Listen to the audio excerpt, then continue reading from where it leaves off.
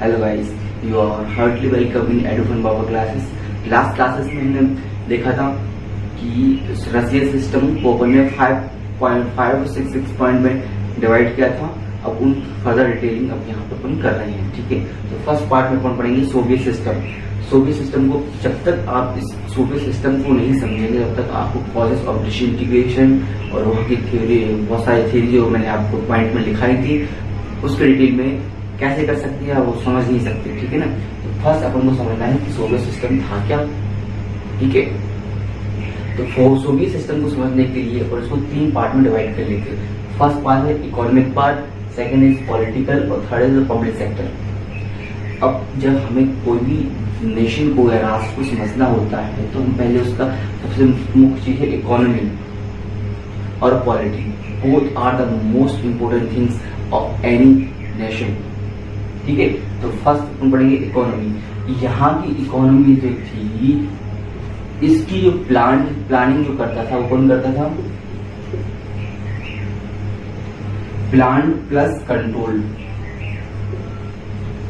By the government. USSR की economy जो थी उसको प्लान करने का काम और उसको कंट्रोल करने का काम कौन करता था? गवर्नमेंट करती थी। और ये गवर्नमेंट कौन सी थी? गोर्बाचेव की। उस टाइम गोर्बाचेव की गवर्नमेंट थी, मतलब रशियन गवर्नमेंट इसको टोटली तरीके से कंट्रोल करती थी। और ये क्या था? सोशलिज्म की इकोनॉमी है। और इसकी जस्ट अगेंस्ट है कैपिटलिज्म। कैपिटलिज्म कहाँ पर था? यूरोप में, वेस्ट यूरोप में, और ये ईस्ट यूरोप और रशिया में चल रहा था सोशलिज्म। तो जो कैपिटलिज्म था उसके अगेंस्ट में ही कौन आया? सोशलिज्म। और इसको पॉलिटिकल में पढ़ेंगे, चलो इसको छोड़ो। अभी क्या था? प्लान इकोनॉमी थी प्लस कंट्रोल किसका था? गवर्नमेंट का था। अब चूंकि गवर्नमेंट का कंट्रोल है तो हर कुछ अगर इकोनॉमी में हो रहा है वो किसके थ्रू होगा? गवर्नमेंट की हेल्प से होगा, ठीक है। अगर किसी चीज का रेट बढ़ रहा है तो गवर्नमेंट उसके लिए रिस्पॉन्सिबल है। रेट कम हो रहा है तो भी गवर्नमेंट उसके लिए रिस्पॉन्सिबल। किसी चीज का प्रोडक्शन हाई हो रहा है तो उसके लिए गवर्नमेंट रिस्पॉन्सिबल है।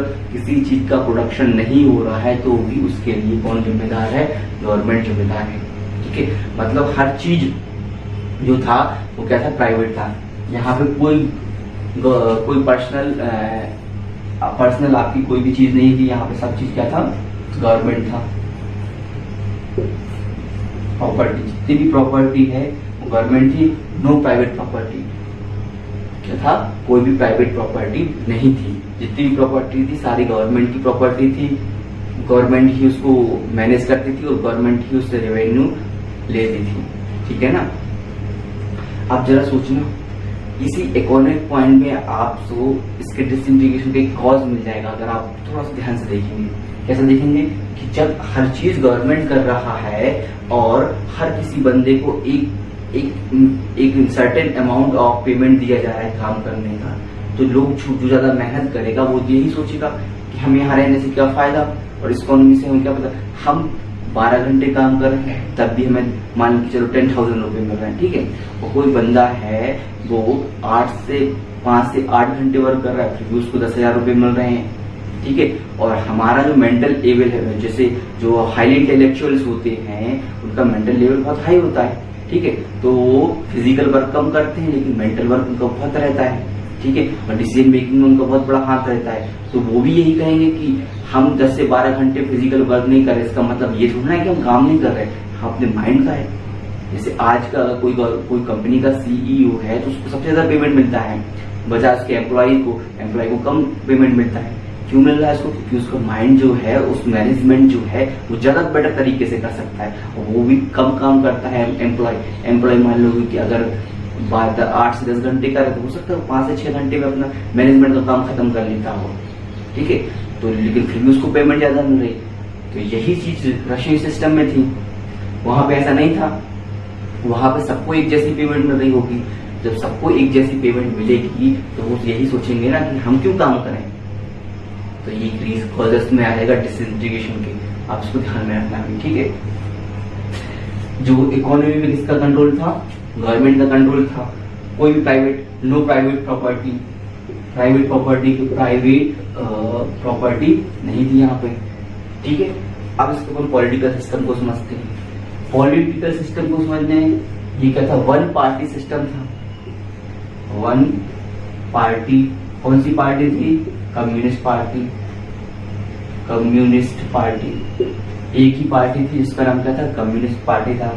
ठीक है, डेमोक्रेसी तो थी नहीं, सोशलिज्म था, कम्युनिस्ट गवर्नमेंट थी। तो मतलब क्या था, सारी चीजें एक ही पार्टी के अंडर कंट्रोल है।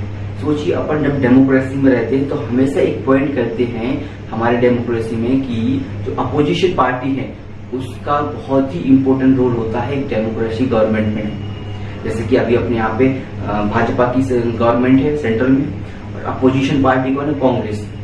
और जब ऐसे ही पहले जब कांग्रेस की पार्टी थी गवर्नमेंट में, उस समय अपोजिशन पार्टी थी भाजपा, बीजेपी। ठीक है, तो इन दोनों का अपोजिशन में रहते हुए दोनों ही हर एक पक्ष पे, हर एक मुद्दे पर गवर्नमेंट को क्रिटिसाइज करते थे। जबकि क्रिटिसाइज करते हैं गवर्नमेंट को, तो गवर्नमेंट को फैसले लेते समय बड़े सोच और समझ के साथ उसको फैसले लेने पड़ते हैं। अगर थोड़ी सी भी गलती हुई और उसको क्रिटिसिज्म को झेलना पड़ेगा। जैसे नोटबंदी एक गलत फैसला था इकोनॉमिक कैटेगरी के साथ, मैं नहीं कह रहा, बड़े बड़े थिंकर कहते हैं। ठीक है, उनका मानना है कि डिमोनेटाइजेशन एक गलत फैसला था जिसके कारण मोदी गवर्नमेंट को काफी अपोजिशन के थ्रू उनको काफी विरोध झेलना पड़ा। ठीक है, तो ये एक एक जो आपके डिसीजन है तो गवर्नमेंट के ऊपर प्रेशर बनाए रखता है हमारा पोजीशन कि आप गलत चीज ना करें, आप हमारे कॉन्स्टिट्यूशन में कोई ऐसा सुधार ना कर दें जो हमारे देश के लिए बहुत नुकसानदायक है। ठीक है ना, गवर्नमेंट को कंट्रोल करने का काम कौन करता है, हमारे अपोजिशन करती है। अब यहाँ पे कोई अपोजिशन नहीं है, वन पार्टी सिस्टम है। अब वन पार्टी सिस्टम में तो मतलब सारी पावर एक पार्टी में, तो जो भी वो करना चाहे वो सब कर सकती है यहाँ पे। तो इसका मतलब है कभी कभी अगर किसी पड़ोस वाले से उसके कोई इस पार्टी का लीडर है उसके पड़ोस वाले से झगड़ा हो गया, उसने फोन लगाया, हाँ भाई कहाँ पुलिस आके उसको लेगी। क्योंकि हमारे यहाँ पे ऐसा नहीं है, डेमोक्रेसी में ऐसा बिल्कुल नहीं होता है, उसकी बाकायदा एक प्रोसेस होती है। ठीक है, लेकिन यहाँ पे वन पार्टी सिस्टम है, तो ये पार्टी जो कहेगी वही सरकार करेगी, और जो सरकार करेगी इसी पार्टी की लोग सरकार में जो जैसा इस पार्टी का रूल होगा वही सरकार काम करेगी। ठीक है ना, क्या था, पॉलिटिकल सिस्टम में वन पार्टी सिस्टम था। जब अपन ने देखा था कि यूएसएसआर जो था एक ईस्ट यूरोप और वेस्ट यूरोप दो पार्ट में डिवाइड था, तो वेस्ट यूरोप जो था, सॉरी ईस्ट यूरोप जो था वो किसके साइड था, यूएसएसआर की तरफ। जैसे इटली वगैरह ये जो कंट्री जो थे वो यूएसएसआर के सपोर्ट में थे। तो जो ईस्ट वाला यूरोप है, ये यहाँ पे जो पॉलिटिकल सिस्टम चलता था वो क्या चलता था, सोशलिज्म चलता था। ठीक है ना, इस सोशलिज्म का 1970 रशियन रेवोल्यूशन में 1917 के जो रशियन रेवोल्यूशन हुआ था, इसका मुख्य पर्पस यही था कि हमें कैपिटलिज्म का अपोज करना है। किसका अपोज करना है, कैपिटलिज्म के अपोज में ही सोशलिज्म आया। तो सोशलिज्म कौन से कंट्रीज में आया, यूएसएसआर। तो यूएसएसआर का जो फॉर्मेशन हुआ है वो इसी बेसिस पे हुआ है कि हम कैपिटलिज्म का अपोज करें और सोशलिज्म को प्रमोट करें। ठीक है, तो जितने भी यूएसएसआर में 15 कंट्रीज जो भी थे वो सब किसको सपोर्ट करते थे, सोशलिज्म को। ठीक है, तो ये पॉलिटिकल सिस्टम हो गया। अब आता है पब्लिक सेक्टर। अब यूएसएसआर के बारे में कहा जाता है कि यहाँ का हेल्थ अच्छा था, इंफ्रास्ट्रक्चर अच्छा था। ठीक है, और प्रोडक्शन होता था, मैन्युफैक्चरिंग और प्रोडक्शन होता बहुत हाई था। मतलब क्या है, वहां पे ऐसा कहा जाता है कि एक छोटी सी पिन से लेकर बड़ी बड़ी कार बनाई जाती थी। कहाँ पे, यूएसएसआर में। लेकिन एक प्रॉब्लम ये थी यूएसएसआर की कि वहां पे छोटी पिन से लेकर कार तो बनाई जाती थी, लेकिन उनकी जो क्वालिटी होती थी वो वेस्ट कंट्री की प्रोडक्शन की अपेक्षा बहुत लो होती थी। तो ये भी पॉइंट आपको याद रखना है, आगे मैं इसको बताऊंगा एक कॉजेस ऑफ डिसइंटीग्रेशन में। ये छोटे छोटे से पॉइंट हैं। अब जब शोबी सिस्टम को समझ रहे हैं तो इसी की जब ड्रॉबैक होंगे जो उसी के कारण उसका डिसइंटीग्रेशन होगा। तो इन पॉइंट्स को जरा ध्यान से पढ़ना। ठीक है, पब्लिक सेक्टर। अब लेकिन यहाँ पे सोशलिज्म में कहा जाता है कि हेल्थ जो था यहाँ सबका अच्छा था, फ्री हेल्थ, सब्सिडी, उनको लोगों को सब्सिडी दी जाती थी पब्लिक सेक्टर में कि हेल्थ के लिए, चाइल्ड केयर, हेल्थ, इन सब के लिए काफी गवर्नमेंट सपोर्ट करती थी लोगों के लिए। ठीक है, दूसरा था एजुकेशन, हेल्थ, एजुकेशन। एजुकेशन के बारे में कहा जाता है सबको फ्री एजुकेशन थी, ठीक है, सबको एजुकेशन का राइट था। थर्ड जो था इक्वेलिटी, मोस्ट इंपोर्टेंट चीज है इक्वेलिटी। सोशलिज्म का बेसिस ही है इक्वेलिटी। इस इक्वेलिटी को एस्टेब्लिश करने के लिए ही सोशलिज्म आया था, ठीक है ना, समझ रहे हो आप। इस इक्वालिटी को एस्टेब्लिश करने के लिए सोशलिज्म मतलब क्या है, हर व्यक्ति को एक समान राइट मिले। अगर कोई वर्कर है तो भी उसके सेम राइट हो, कोई ब्यूरोक्रेटिक है तो उसके भी सेम राइट हो, कोई अगर कोई बड़ा उद्योगपति है तो उसके भी सेम राइट हो। इसके लिए सोशलिज्म आया था और इस इक्वलिटी को मेंटेन करके रखे थे वो लोग। ये सब चीजें थी, हेल्थ में अच्छा था उनका, एजुकेशन भी सही था और इक्वलिटी को वो एस्टेब्लिश करने की कोशिश कर रहे थे, ठीक है ना। तो ये हो गया उसका पब्लिक सेक्टर। और सबसे चीज क्या है पब्लिक सेक्टर में, अगर अपन रिसोर्सेज देखें चाइना के यूएसएस का रिसोर्सेज, यूएसएस के ये इसको मैं बता देता हूं।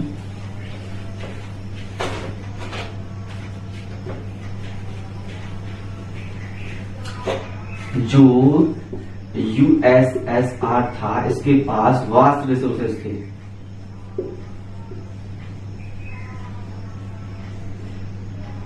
जो नेचुरल रिसोर्सेज थे इसके पास बहुत वास्ट थे।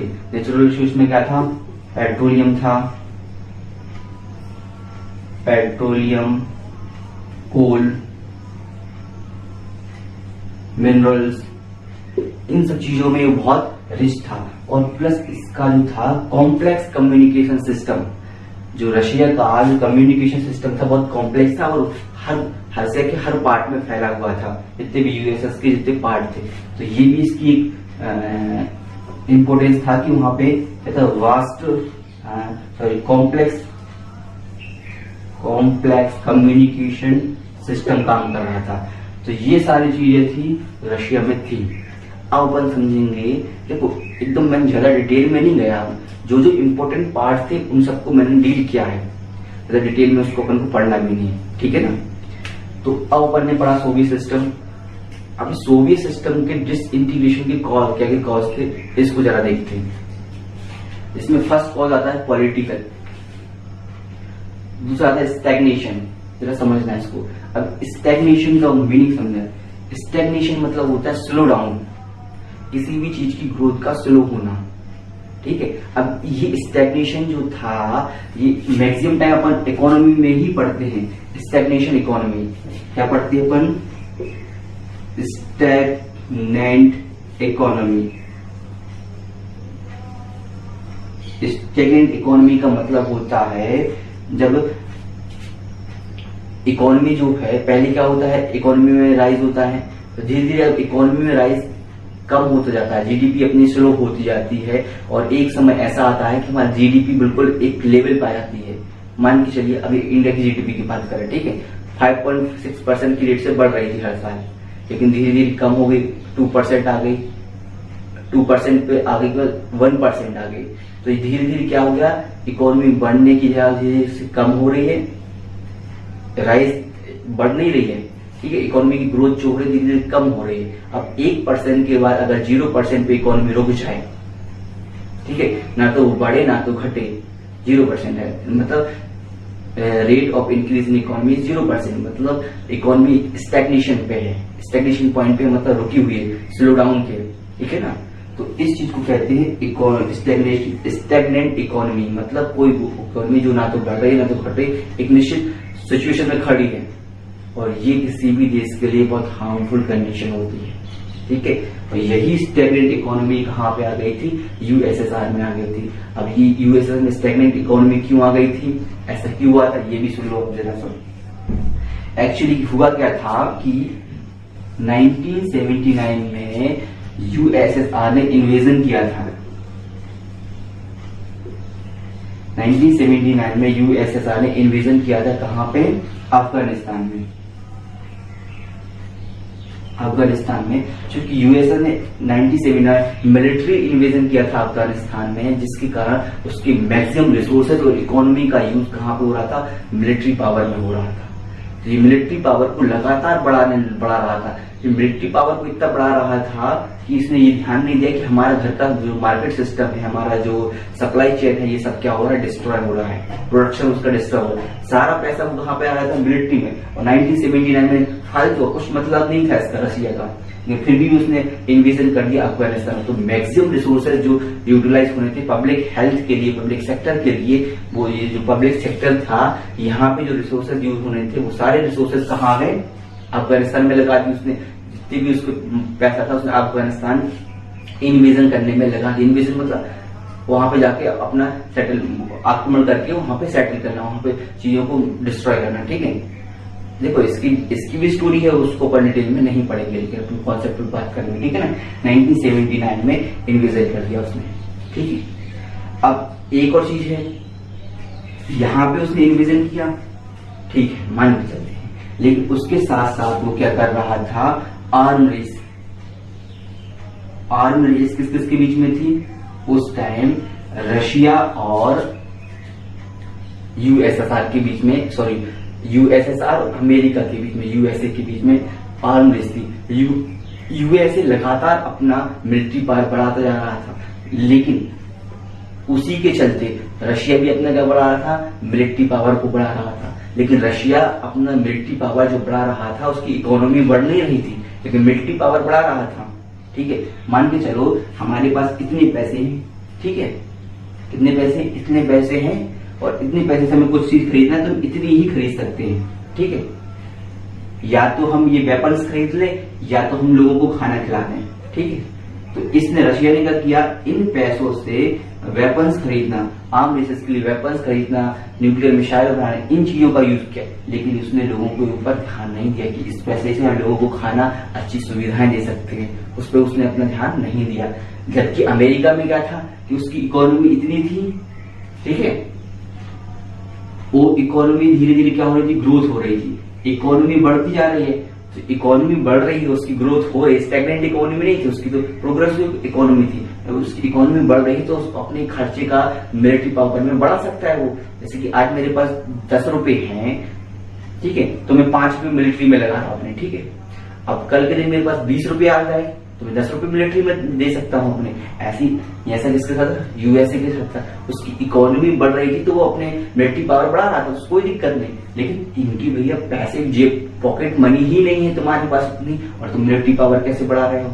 मिलिट्री पावर बढ़ाओगे तो तुम जिस पैसे से मैं टॉफी खा सकता था तो वो नहीं खा पाऊंगा, और ये भी नहीं कर पाएगा। ऐसे ये लोगों को खाना खिला सकता था तो ये नहीं खिला पाएगा। धीरे धीरे लोगों के अंदर एक फ्रस्ट्रेशन आएगा, तुम सारा पैसा कहाँ खर्च कर रहे हो, ऐसा लोग आपसे बोलेंगे। तो यही हुआ आगे चल के कि लोगों की एस्पिरेशन जो थी वो नेशन में खत्म होती गई। ठीक है, तो स्टैग्नेंट इकोनॉमी, ये अब stagnation not only in the economy, stagnation in politics also. वहां की जो पॉलिटिक्स थी एक स्टैग्नेंट हो गई थी, मतलब कोई किसी के अंदर एनकरेजमेंट है ही नहीं।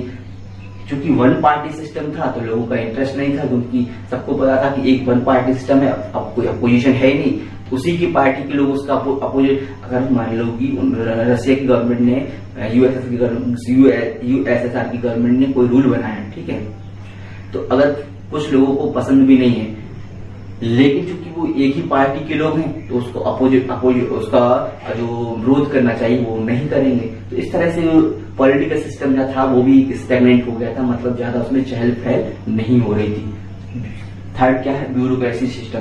अब ब्यूरोक्रेसी को भी पता था कि एक सरकार रहनी है तो हमें उनकी क्या करनी है, जो वो कहेंगे हमें वही काम करना है।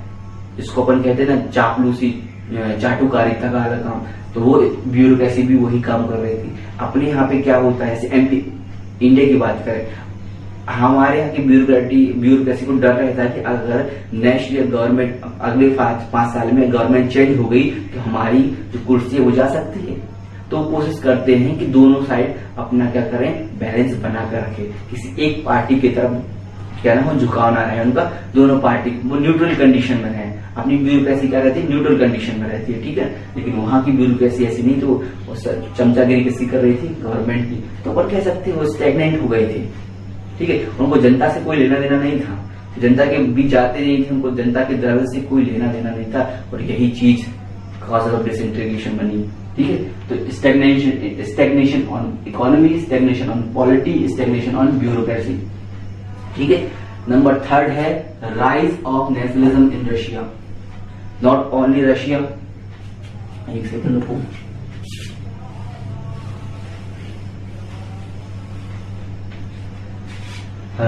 Rise of nationalism in Russia plus Baltic countries,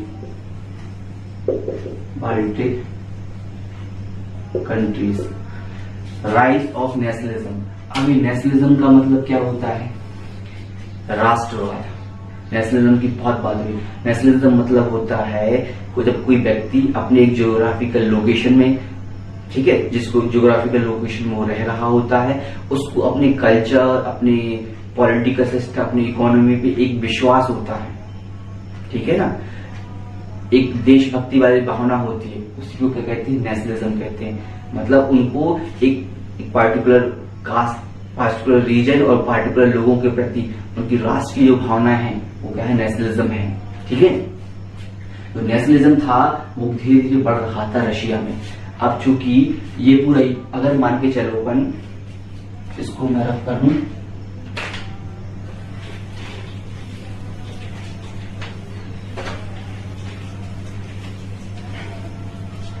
ठीक है, ये है क्या? यूएसएसआर,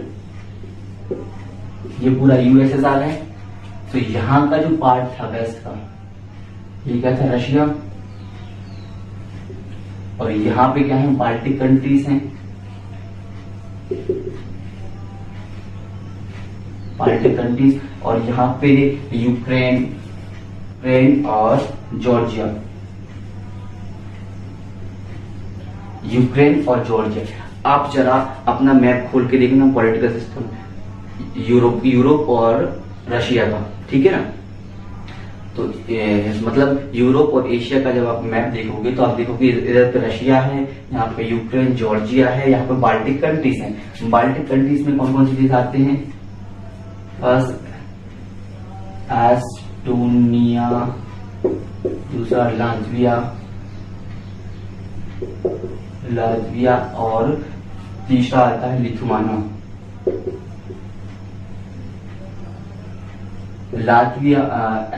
एस्टोनिया, लातविया और लिथुआनिया, ये क्या थे? बाल्टिक कंट्रीज है। इन सबको मिला के क्या बना था? यूएसएसआर बना था, ठीक है ना। तो ये रशिया जो था, इस पार्ट में उस टाइम एक नेता ने जन्म लिया। क्या किसने जन्म लिया? एक नेता ने जन्म लिया, उसका नाम था बोरिस, उसका नाम था बोरिस याल्टसन।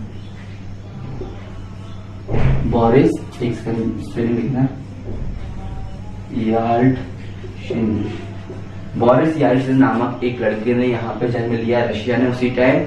और ये जब बड़ा हुआ तो उसने वहां के लोगों को इकट्ठा करना शुरू किया।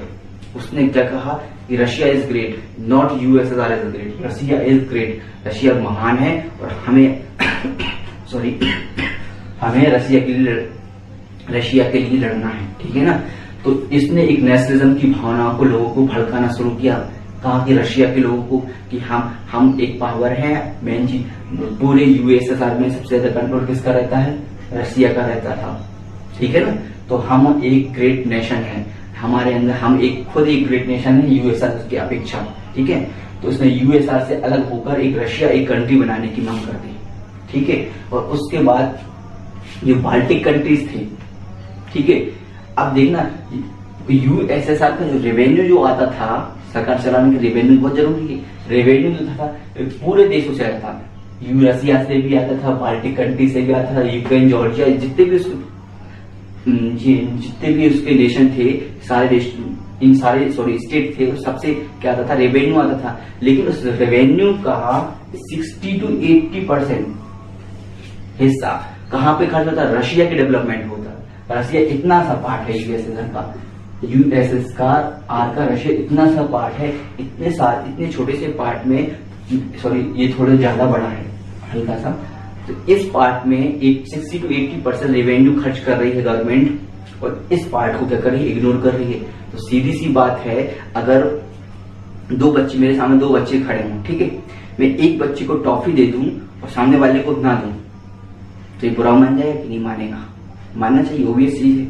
ऐसे ही यही हो रहा था। या फिर मैं क्या करूं, एक टॉफी लूं, उसको आधा हिस्सा क्या करूं, मैं इस बच्चे को दे दूं, ठीक है, उस आधे का आधा हिस्सा इस बच्चे को दे दूं, आधा मैं खा लूं, तो कहेगा तुमने ज्यादा इसको क्यों दिया? तो ये चीज क्या कर रहे हो, कंपेयर लोगों ने करना शुरू किया कि आप रशिया को केला क्यों दे रहे हो? तो ये बाल्टिक कंट्रीज जो थे, यहाँ पे क्या ये लोग फील करने लगे, फीलिंग एलिनेटेड फीलिंग करने लगे। मतलब हमें एलियन समझ के रखा है, क्या हम क्या दूसरे प्लेनेट से आए हैं, हमें भी उतना ही दो। तो उनमें अलगाव, इसको कहते हैं अलगाव की भावना। तो इन लोगों के अंदर क्या आ गया, अलगाव की भावना उत्पन्न होने लगी और यहाँ पे नेशनलिज्म उत्पन्न होने लगा। ये दोनों रीजन बने, एक मेन कॉज बना डिसइंटीग्रेशन ऑफ यूएसएसआर। ठीक है, तो ये rise of nationalism in Europe.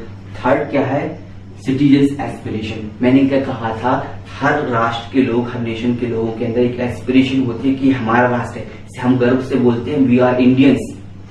ठीक है, हमें प्राउड होता है, हम बोलते हैं वी आर इंडियंस। ऐसे ही हर किसी राष्ट्र के अंदर, उनके अंदर भी था कि we are the part of USSR. ये उनके अंदर फीलिंग थी नेशनलिज्म की। लेकिन जब धीरे धीरे स्टैग्नेंट इकोनॉमी हो गई, उनकी इकोनॉमी में स्लो डाउन आ गया, तो उन लोगों को लगने लगा कि इस सिस्टम में कुछ तो गड़बड़ है। ठीक है, और वो सबसे मेन चीज क्या थी, वो अपने आप को कंपेयर कर रहे थे। किससे कंपेयर करते हैं? यूरोप से। यूरोप से जहां पे कैपिटलिज्म था, वहां से वो कंपेयर कर रहे थे कि वहां की कंट्रीज देखो कितना अच्छा ग्रोथ कर रहे हैं, वहां का प्रोडक्शन देखो कितना क्वालिटी वाला है। मैंने कहा था ना, क्वालिटी प्रोडक्ट। रशिया में हर चीज तो बनता है, लेकिन प्रोडक्ट की क्वालिटी उतनी ज्यादा अच्छी नहीं रहती। तो वो हर चीज में कंपेयर करने लगे रशिया से। सॉरी, रशिया के लोग किससे कंपेयर करने लगे? यूएसएसआर के लोग वेस्ट कंट्री से। ठीक है ना, वेस्ट यूरोप से कंपेयर करने लगे, वहां का प्रोडक्शन अच्छा है। जब लोगों ने कंपेयर करना शुरू किया तो उनको पता चला कि नहीं, हमारे देश में कुछ ना कुछ तो कमी है। ठीक है ना, तो ये भी एक पार्ट बना डिसइंटीग्रेशन ऑफ यूएसएसआर का, सिटीजन्स एस्पिरेशन। थर्ड क्या था? पीपल्स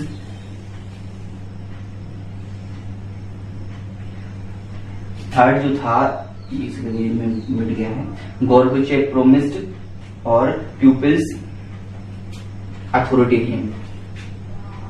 पीपल्स जो थे, सॉरी अवेयर लिखा है, पीपल्स अवेयर प्लस गोर्बेचेव प्रोमिस्ड। लोग अवेयर हो गए थे, अब लोग कंपेयर करने लगे। वही मैं रीजन बता चुका है, सिटीजन एस्पिरेशन होता है। अब ये समझना कि गोर्बेचेव प्रोमिस्ड क्या था। एक्चुअली गोर्बेचेव ने वहां के लोगों से प्रॉमिस किया था कि वो रिफॉर्म लाएगा, अपने सिस्टम में क्या लाएगा, रिफॉर्म लाएगा और उसको डेमोक्रेटाइज करने की कोशिश करेगा। एक्चुअली वहां पे लोगों को इतनी सारी प्रॉब्लम्स हो रही थी, लेकिन वो क्रिटिसाइज नहीं कर पा रहे थे गवर्नमेंट को कि आप ऐसा क्यों कर रहे हैं, हम लोगों को इतनी सारी प्रॉब्लम हो रही है, हम लोग खाने के लिए प्रॉब्लम है, हम लोग को हर चीज की प्रॉब्लम है। लेकिन फिर भी वो रशिया के लोग, यूएसएसआर के लोग थे, वो गवर्नमेंट से अपनी क्या नहीं कर पा रहे थे, कंप्लेन नहीं कर पा रहे थे। वहां का ब्यूरोक्रेटिक सिस्टम ठप था। ठीक है ना, वहां पे केवल जो लोग कम्युनिस्ट पार्टी से जुड़े हुए हैं उनका ही काम होता था, जो ऑर्डिनरी पीपल थे उनका काम नहीं हो रहा था। तो लोगों के अंदर लगातार एक फ्रस्ट्रेशन की भावना उत्पन्न हो रही थी, और इस फ्रस्ट्रेशन की भावना को गोर्बेचेव ने थोड़ा समझने की कोशिश की और उसने कहा कि हम रिफॉर्म लाएंगे। क्या लाएंगे? रिफॉर्म करेंगे, हम अपने सिस्टम में रिफॉर्म लाएंगे। लेकिन इस रिफॉर्म से लॉस किसका होता है? कम्युनिस्ट पार्टी के लोगों का, क्योंकि वो स्पेशल स्टेटस जो मिल रहा था कम्युनिस्ट पार्टी के लोगों को, वो धीरे धीरे खत्म हो जाता। ठीक है ना, जैसे ही रिफॉर्म आते और जैसे ही उनको लोगों को राइट्स मिलते, वो गवर्नमेंट को हर क्रिटिसाइज करने की कोशिश करते। ठीक है, उनको फ्रीडम मिलती। तो जो रिफॉर्म थे उसका अपोजिशन किसने करने शुरू, उसकी खुद के पार्टी के लोगों ने अपोजिशन शुरू किया। उसके खुद के पार्टी के लोग थे, उसने इसका विरोध करना शुरू किया गोर्बेचेव का। एक्चुअली हो क्या रहा था कि उसकी पार्टी के लोगों को लगता था कि गोर्बेचेव बहुत फास्ट तरीके से रिफॉर्म ला रहे हैं, बहुत फास्ट तरीके से बदलाव ला रहे हैं, जिसका नुकसान किसको होगा? पार्टी को होगा। ठीक है ना, उनको लोगों की चिंता नहीं थी, उनको पार्टी की चिंता थी। जबकि वहां के जो ऑर्डिनरी पीपल जो थे, उनको ये डाउट था कि गोर्बेचेव रिफॉर्म तो ला रहा है, लेकिन बहुत स्लो तरीके से ला रहा है। इतना स्लो ला रहा है कि इतने में हमारा काम ही नहीं होने वाला। तो एक तरफ तो ना पार्टी का रहा गोर्बेचेव और ना ही लोगों का हो पाया। ठीक है, तो ये भी अपन कह सकते हैं कि जो औरंगजेब ने प्रॉमिस की थी लोगों से, वो उसको अपना फुलफिल करने में कामयाब नहीं हुआ। ये भी एक प्रमुख रीजन था उसके डिसइंटीग्रेशन होने का। ठीक है, तो मैंने जो कॉजेज ऑफ डिसइंटीग्रेशन यूएसएसआर में बताया, उसमें एक आर्म रेस मैंने एक वर्ड यूज किया था, आर्म रेस। ठीक है, अब जरा आपके लिए क्वेश्चन है, आप मुझे बताना एस्टोनिया, लातविया और लिथुआनिया यूएसएसआर और बाल्टिक कंट्रीज हैं, ये किस कॉन्टिनेंट में है और किस पार्ट में है। ओके, इसके नियर कोई ओशन है तो आपको बताना है। ठीक है ना, और ये किसके नेबरिंग कंट्रीज है ये भी बताना है। ठीक है, आपके लिए क्वेश्चन है। मैंने एक वर्ड यूज किया था आर्म रेस। आर्म रेस को आप जरा समझिए। ठीक है, आर्म रेस जो है आपको जो एक सेकंड और कुछ बताना था मुझे। हाँ, आर्म रेस जो है, आर्म रेस जो है किस किस के बीच चल रही थी, यूएसए और वर्सेस यूएसएसआर। ठीक है, अब एक अपनी जो फॉरेन पॉलिसी होती है और फॉरेन पॉलिसी और इसमें एक थ्योरी चलती है, इसमें इंटरनेशनल रिलेशन में एक थ्योरी है, इसको कहते हैं अपन रियलिज्म। जी आपके सिलेबस में नहीं, लेकिन मैं आपको बता रहा था कि आपको कॉन्सेप्ट समझ में कि होता क्या है। आप इंटरनेशनल रिलेशन में एक थ्योरी पढ़ेंगे, रियलिज्म। ठीक है, उस रियलिज्म में एक बात की जाती है रैशनल पावर की, एक बात आती है रैशनल पावर।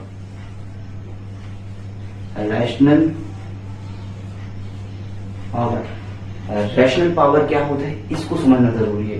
तो आपको समझ में आएगा कि जो आर्म रेस हो रही थी तो आखिर क्यों हो रही थी और इसका लॉस रशिया को, यूएसएसआर को कैसे होगा। ठीक है, एक थ्योरी का नाम क्या है, रियलिज्म में एक थ्योरी है रैशनल, एक कॉन्सेप्ट आता है, वो आता है रैशनल पावर का। तो रैशनल पावर को समझना, देखना एक कंट्री मान के चलो ये है, ठीक है, और एक कंट्री ये है, ठीक है, इसके पास वास्ट इकोनॉमिक रिसोर्सेस हैं। ठीक है, इकोनॉमिक रिसोर्स के साथ इसके साथ क्या है, मिलिट्री पावर है, इकोनॉमिक है प्लस मिलिट्री पावर है, हर चीज से संपन्न है ये कंट्री। और उसी का एक नेबरिंग कंट्री ये बी है, ये ए मान के चलो ये बी है।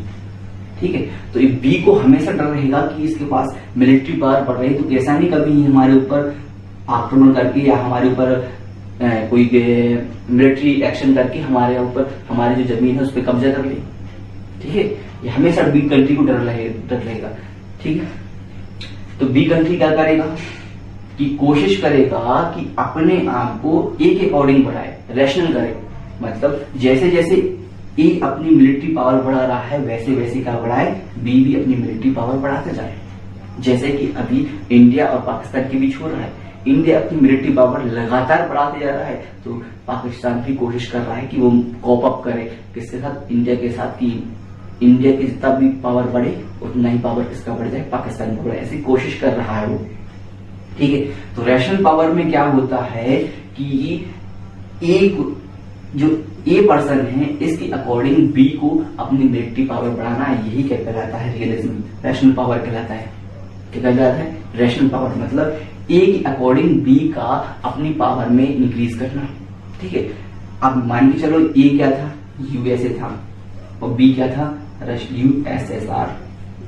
ठीक है, ये बड़ा देश है, जियोग्राफी में नहीं, जियोग्राफिकल लोकेशन में तो बी बढ़ा है, लेकिन इसकी इकोनॉमी ज्यादा बड़ी हो रही थी, जबकि इसकी इकोनॉमी उतना ग्रोथ नहीं कर रही थी। ठीक है, इसकी इकोनॉमी ग्रोथ नहीं कर रही है और ये रैशनल पावर बनने की कोशिश कर रहा है। मतलब इसके साथ कोप अप करने की कोशिश कर रहा है, इसके साथ साथ चलने की कोशिश कर रहा है, लेकिन जब इसके पास इकोनॉमी नहीं है तो पैसा कहां से लाएगा। तो ये आर्म रेस जो थी ये शुरू होती है यहीं से, किस लिए, रैशनल पावर बनने के लिए आर्म रेस शुरू होती है। ठीक है, तो ये भी न्यूक्लियर वेपन्स बनाता है तो ये भी न्यूक्लियर वेपन बनाने लगता है, ये मिलिट्री में शायद कुछ भी बनाता है तो ये भी बनाने लगता है। ठीक है, जबकि इसकी इकोनॉमी कम है, तो ये धीरे धीरे अपने आप को क्या कर रहा है, यूएसए के पास लाने की कोशिश कर रहा है।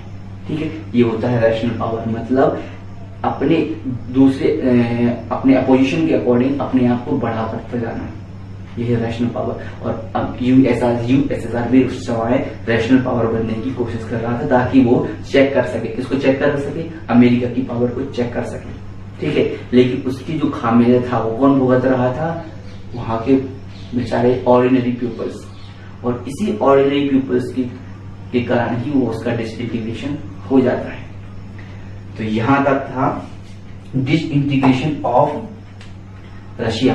ठीक है, डिसइंटीग्रेशन ऑफ रशिया। अब इसके बाद अपन आते हैं कंसिक्वेंसेस पे। एक चीज और, कंसिक्वेंसेस अपन कल देखेंगे, अभी एक चीज और देख लो आप, जिसको मैं बताना था, सैटेलाइट स्टेट क्या होता है। आपकी बुक में भी काफी बार एक वर्ड लिख के आया है, तो मैं आपको बता दूं, सैटेलाइट स्टेट, सैटेलाइट स्टेट। हाँ, एक तो क्या था 1979 में यूएसएसआर ने इन्वेजन किया था अफगानिस्तान में, और दूसरी तरफ यूएसएसआर क्या कर रहा था, अपने मैक्सिमम एनर्जी, इकोनॉमिक पावर और रिसोर्सेस को यूटिलाइज कर रहा था, किस लिए, वेस्ट जो यूरोप था वहां पे अपने सैटेलाइट कंट्री बनाने के लिए। सैटेलाइट कंट्री मान लीजिए, चलो ये क्या है, यूएसएसआर है, ये पूरा वेस्ट कंट्रीज है, ठीक है, ये यूरोप है, यूरोप है, ठीक है। अब ये यूएसएसआर जो है, यहाँ की जो कंट्रीज है यूरोप की, मान लो कि बहुत सारे कंट्रीज हैं, ठीक है। यूरोप दो पार्ट में डिवाइड था, एक तो ईस्ट यूरोप और दूसरा वेस्ट यूरोप। ईस्ट यूरोप किसके साथ था, यूएसएसआर के साथ, ठीक है। तो ये यूएसएसआर हमेशा कोशिश करता था कि ये वाला जो कंट्री जो वेस्ट यूरोप है कहाँ पे आ जाए, हमारे पार्ट में आ जाए, मतलब हमारा एरिया जो यहाँ से क्या हो जाए, इतना और बढ़ जाए, ठीक है। तो ये क्या करता था, उसके लिए सैटेलाइट स्टेट बनाता था। तो ये जो स्टेट है, ये यूएसएसआर के लिए क्या होता है, सैटेलाइट स्टेट होता है। सैटेलाइट स्टेट मतलब होता है कोई ऐसा स्टेट जिसके ऊपर मिलिट्री प्लस इकोनॉमी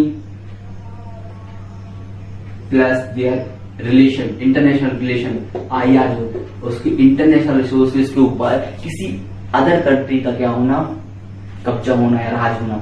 तो इस कंट्री के ऊपर इसकी जो मिलिट्री जो थी, मिलिट्री और इसकी इकोनॉमी और इसके इंटरनेशनल रिलेशन किसके अंडर थे, यूएसएसआर के अंडर हो जाए, ऐसी ये कोशिश करता रहता था। अब ये इतनी कोशिश कर रहा है तो उसके लिए कुछ ना कुछ, ऐसा तो नहीं कि कंट्री के पास कुछ भी नहीं होगा, ठीक है, ये भी इससे कोशिश करेगा कि इससे दूर रहे, ठीक है। इसलिए अपनी मिलिट्री पावर भी इसकी कोशिश करेगा कि इसके पास ना आए, मतलब इसको अपने अंडर ना कर दे, इसलिए इससे हो सकता है वॉर भी कर सकता है, ठीक है।